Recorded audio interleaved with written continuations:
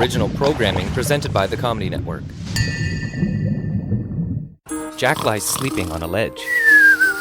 That's a good kitchen slut. London burns while a bobby beats a punk. Order's dead! Time is a Corgis! That's it, love. Show me your Bristol cities. Mary Poppins floats by. Wake up, you fool! Turn back the time! Huh? What's that? Jack wakes up from sleeping on the ledge of Big Ben. Below him, fires burn and the streets lay in ruin. The clock strikes. Uh-oh. His name is Jack Ryder, and he works for the Odd Jobs Temporary Employment Agency. Jack! His career counselor is the lovely Miss Betty Stiles. Betty!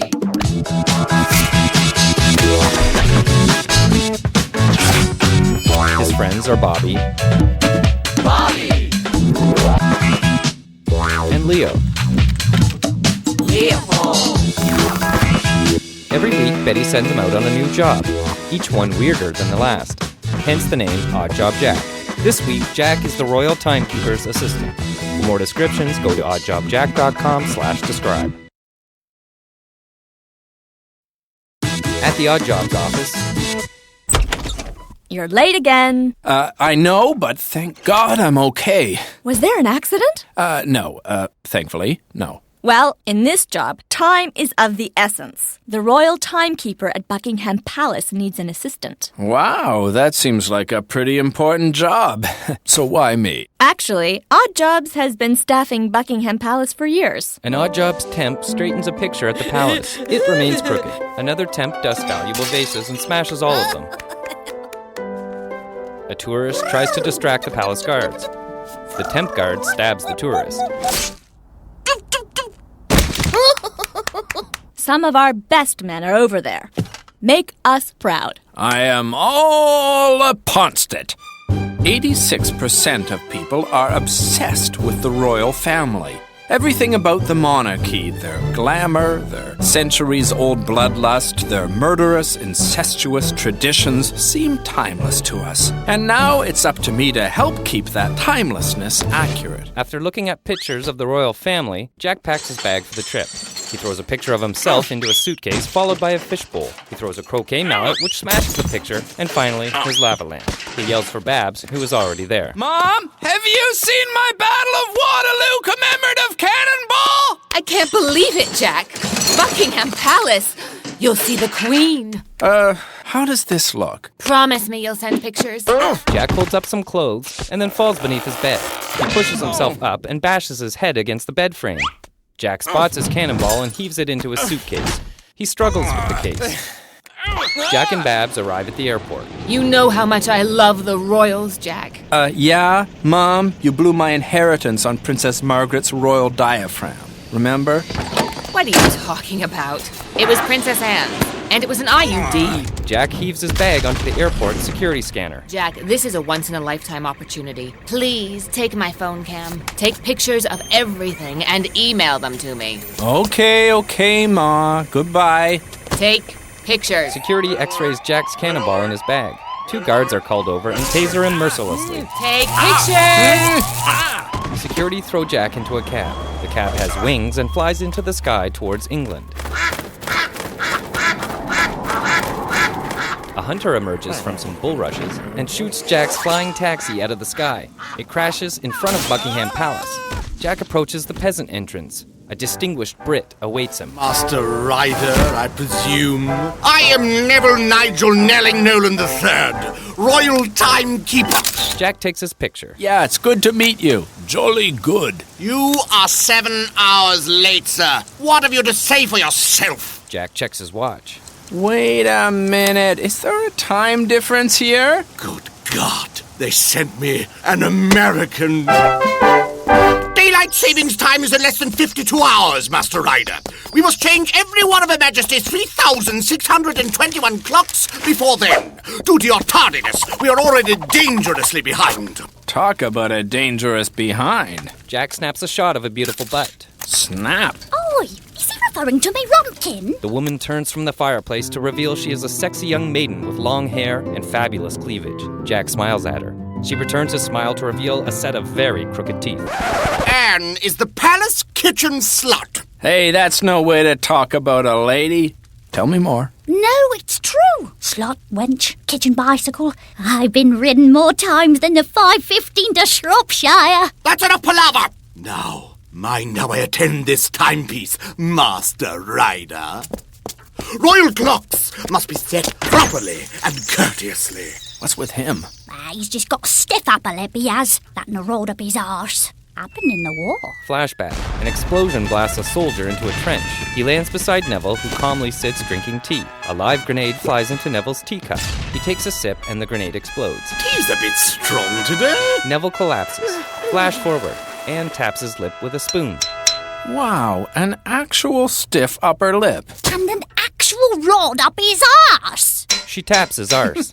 Enough chit-chat. Let us get down to the serious business of making time. Neville sets a clock. Jack takes the hands from the clock and makes a Neville-ish mustache with them. Anne laughs. I never. Neville grabs Jack by the nose hairs and drags him to the next clock. He holds out his hand expecting to be given a tool, but instead Jack hands him a fish. Neville carefully sets a tiny clock with a pair of tweezers. Jack uses the tweezers to smoke a doobie. He passes it to Anne. I never. Commonwealth savage! Jack takes a picture with his camera phone. Jack should have sent me something by now. Come on, show me some crown. Bab checks her email. The screen reads, no new messages. Then, no new messages, sawed off. She picks up the phone and dials. And dials. In the palace, Jack's pants ring while he's flirting with Anne. Come on, Jack. Where are you? Your trousers are going off, love. You have no idea. God damn it, Jack! Give me my goddamn pictures of the goddamn queen! Babs grabs her replica coronation scepter and is just about to smash her computer to bits when she sees a photo of Jack and Leo on the wall. Leo is wearing a computer club t-shirt. Well, there's an unpleasant alternative. Babs? Code red! A flashing sign reads, Code Red. Robotic arms spray Leo's armpits, freshen his mouth, and comb his hair. It is straight for a moment and then springs back to its standard chaotic state. He gives a thumbs up and opens the door. What a pleasant surprise. I need your help, Leo. I can hack into his phone cam for you and get any pictures he's taken. Thank you, Leopold. I wouldn't have a hope in hell of getting my royal fix if it weren't for you. You know, I too have a soft spot for the monarchy. You do? Check this out. Leo presses a button, revealing a medieval torture scene. A dungeon master stretches a victim on the rack. A second victim is whipped. A guillotine blade falls and cuts off someone's head. Leo bends down, picks up the severed head, and reveals it's all done in miniature. I made them all out of sweets. This one's entirely Turkish delight. Is it Anne Boleyn? That's her, burned and beheaded for sexual treason in 1536. Can I offer you an Oliver Cromwell treacle toffee? Sounds delicious. Back at the palace, Jack and Anne are playing on the royal bed. The queen sheets are softer than a harlot's arse. Certainly the harlots I've known. Knicker quackers, somebody's coming. They hide behind a curtain. The queen enters and strips off her robe. Oh, Philip, I have been simply aching to do this all day. Kapow! Oh, that feels splendid. Now would you kindly summon the girls? Jack and Anne look on. Here goes. Oh, it's feeding time, my little princesses. Oh. Motion. Yes, that's good, girls. Nap it up. The Corgis appear to be pleasuring the queen. Jack and Anne look at the picture of the queen. Talk about doggy style. The queen really knows how to party. Speaking of freaky love, how about you and I make a little? Roo, roo. Anne and Jack go into a huge grandfather clock and have a shag. Meanwhile, Jack's phone sends a signal from the palace into the stratosphere and off to a satellite. The signal transmits to Babs and Leo back in Canada. The hunter appears from the bushes again and shoots down the satellite. It lands on top of Leo's house. We're in business. Pictures from Jack. Is it warm in here, or is it me? The saucy picture of the queen appears.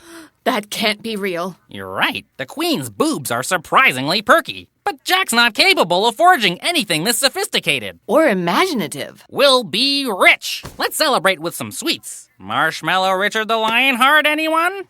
Actually, I should go. It's late. But how about you give me a hard copy of the picture? No way. Please, Leo. Just this one little teeny tiny teensy weensy little hard copy for my mantle. And what will you do for me? She flashes him. One very hard copy coming up. The photo prints. Babs takes it. We'll have that marshmallow some other time. Back at the palace, Jack and Anne are just finishing up. They leave the clock with Jack smiling proudly. Well, that was hasty. That wasn't a quickie. It took 23 seconds. A new Jack Ryder record. Come on, I'll make you a sandwich. Ah, there's a good kitchen slut. At Leo's, a newspaper lands on the front stoop. I saw Babs's boobs. I saw Babs's boobs. I saw Babs's boobs. Leo sits while the mechanical arms serve him coffee. I saw Babs's boobs. He pushes a button. The arm extends to get him the morning paper. The front page is the saucy photo of the Queen that he downloaded from Jack's phone. That's Strumpet! She sold me out! A series of newspaper headlines appear that say, "What the bloody hell? Could it be? Did she?" On TV, a reporter appears.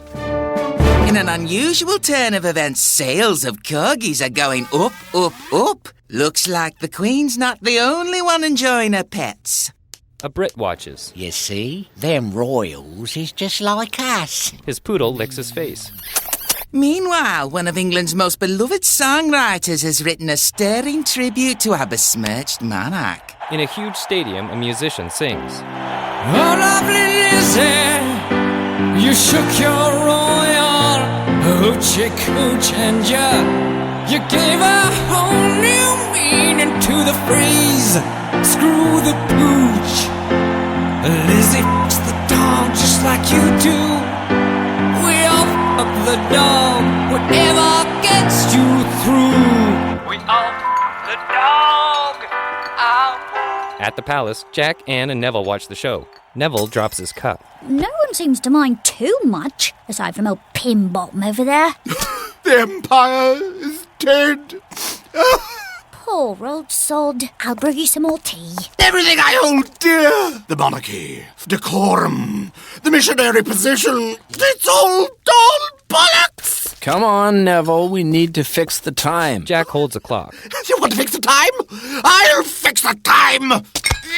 Neville smashes it. That's one way of doing it. This isn't England anymore, Master Ryder. This is the land of do as you please. What did you say? Do you mock me, sir? How about you? Neville smashes the grandfather clock. He's gone a few chips short of a full order. Neville smashes all the clocks he can. Yeah, you said it. You fix the clock. I'm gonna find a nice bulldog to shag. Order is dead. Time is a corgi. What are we gonna do now?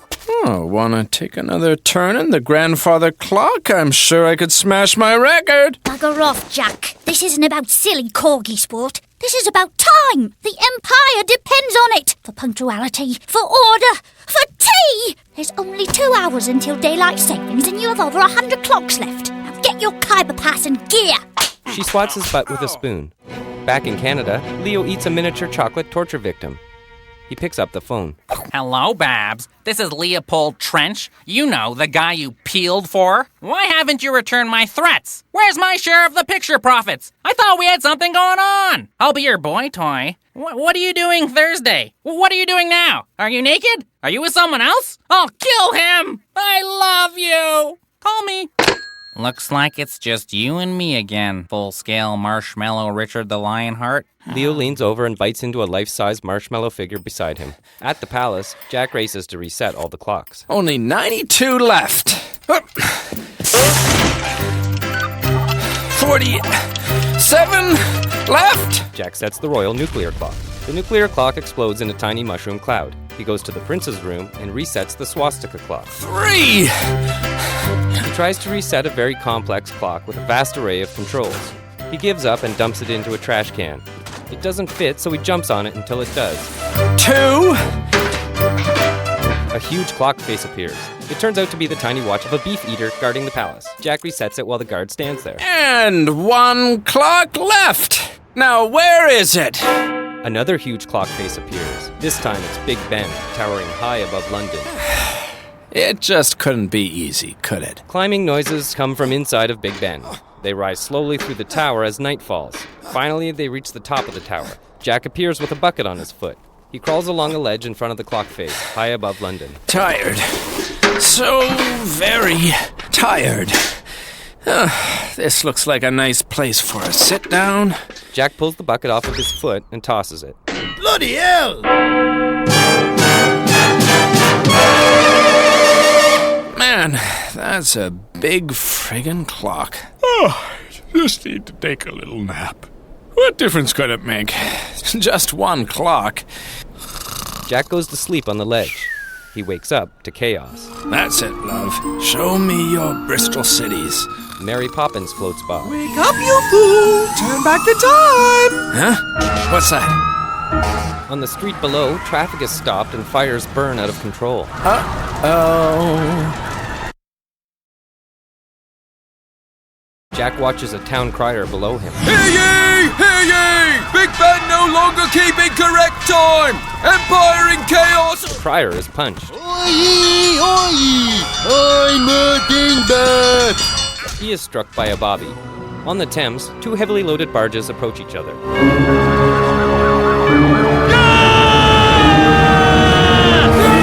The captains watch in terror until the bows finally touch.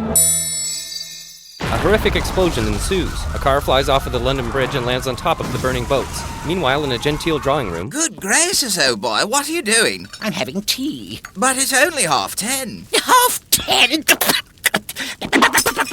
My watch said I'm in the clock tower. Oh my God, my life's gone completely balls up. The train to Hertfordshire Daletown arrives at 1/4 hour past 5 every day. According to my pocket watch, which I have carefully calibrated to Big Ben time, I am wholly confident it shall be here in 3, 2, 1. I can't believe it. It's never been late. I'm done. The gentleman is run over by the train. Meanwhile, a man snuggles with his dog in bed. The door opens. Dolly, you're not supposed to be home until 1:15. A truck carrying a towering load of pianos races down a London street. An odd jobs temp walks across the street holding a clock set to the wrong time. The truck swerves to miss her. The temp drops the clock. A van carrying two punks approaches. This is the day we've been waiting for! Chaos rules! Chaos rules! Trucks tip over and the pianos fall to the ground, crushing the van with the two punks. Turn back the time, Jack! Turn back the time! Jack jumps onto the minute hand of Big Ben. Whoa, that was close! Jack pulls the hands right off and they fall. Chaos rules! The minute and hour hands impale the punk. He finally dies. Sorry! Well, there's nothing I can do now. It's all out of my hands. Jack jumps onto Big Ben to become the hands of the clock. 8:31! Oh! A bird lands on Jack and pecks him. Sue! I'll take it from here, Master Ryder. Neville! You may step down, lad, and allow me to restore order to this majestic realm. What changed your mind? Ah, my boy. The world needs structure more than it needs propriety. She may be a dirty whore, but she's still my queen. Now, if you would be so kind. Neville bends over. Pull the steel rod out from betwixt my buttocks. I beg your pardon? Do as I say, boy! In the name of the queen and all things British, pull the shaft from my arse! Just close your eyes and think of England, Jack. Jack pulls the rod in Neville's arse. Pull, my boy! Pull till it hurts! Please stop talking! The rod comes free. A golden shaft of light breaks through the clouds and illuminates Big Ben. Yes! Neville goes limp. Splendid! Now help me onto the clock face. Jack throws Neville onto the clock face and he takes the place of the hands perfectly. His arms and legs move in perfect time. Looking good, Neville. How you holding up? Stiff upper lip, my boy. Stiff upper lip. A bird pecks his lip. Anne, what are you doing up here? I came to see my new pot and pan. Ah, shucks, I'm all right. Just a few torn ligaments is all. I said my new pot and pan. Yeah, what? Neville, Nigel, Nelling, Nolan the Third? No! Who do you think reset his old dickory dock? My dickory dock feels right as rain. You slut! And not the good kind either. No hard feelings, love. But you couldn't go half a minute without chucking your muck. Like I've said, it's all about timing, my boy. Meanwhile, on the news. And there you have it. thanks to the work of a spineless clockmaster, order has been restored to the realm. In other news, the Queen has released security camera footage of the royal boudoir, taking the night of what some wags are calling Corgigate. As you can plainly see, Her Majesty is in a flesh-coloured bodysuit, engaging in acts of Ashtanga yoga, while her corgis are clearly eating crumpets from a bowl at a safe distance from her royal pubis. Really, Britain? What were you thinking? And so what was once thought to be dogs going down was merely a case of downward dog. My mum put the money she made off those scandalous pictures to good use, in her opinion. You know what? I think it'll look better on the other side. And even though I was a bit late, I tried to make amends with England's monarch. Jack knocks on the Queen's door. Yes? Your Highness, I am Jack Ryder. Sorry about that picture I took. It was partially accidental. Shake? You took that picture? I did. But you see... Philip! Where's my sword? He hands her a sword. I shall cut you from groin to gimlet! She chases him off. Please, Your Majesty! Jack runs through the palace. I will find you. I know this castle like the back of my hand! In time, I think she grasped that it was a simple misunderstanding. Jack hides in a suit of armor. The Queen turns and chases Jack. Later at the airport, he puts his bag through security. I left the UK with a newfound respect for their sense of order and, Jack gets tased again. security. Jack is thrown into another flying car. He takes off and flies across the ocean until he is once again shot down by the hunter in the bushes. He lands back at Oddjobs in a suit of armor. I can't believe it! You're right on time, Jack. It's part of the new me. Is that suit of armor part of the new you too? Unfortunately, yes. The massive tasering I took at the airport welded it to my body. Well, I'll have to see if any jobs in jousting open up. Keep an eye out, would you?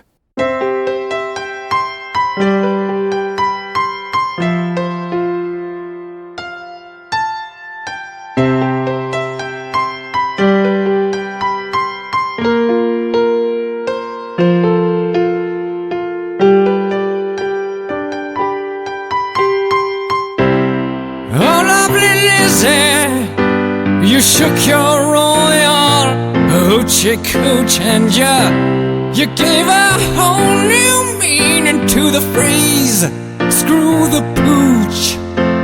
Lizzie f***s the dog just like you do. We all fuck the dog, whatever gets you through. We all fuck the dog.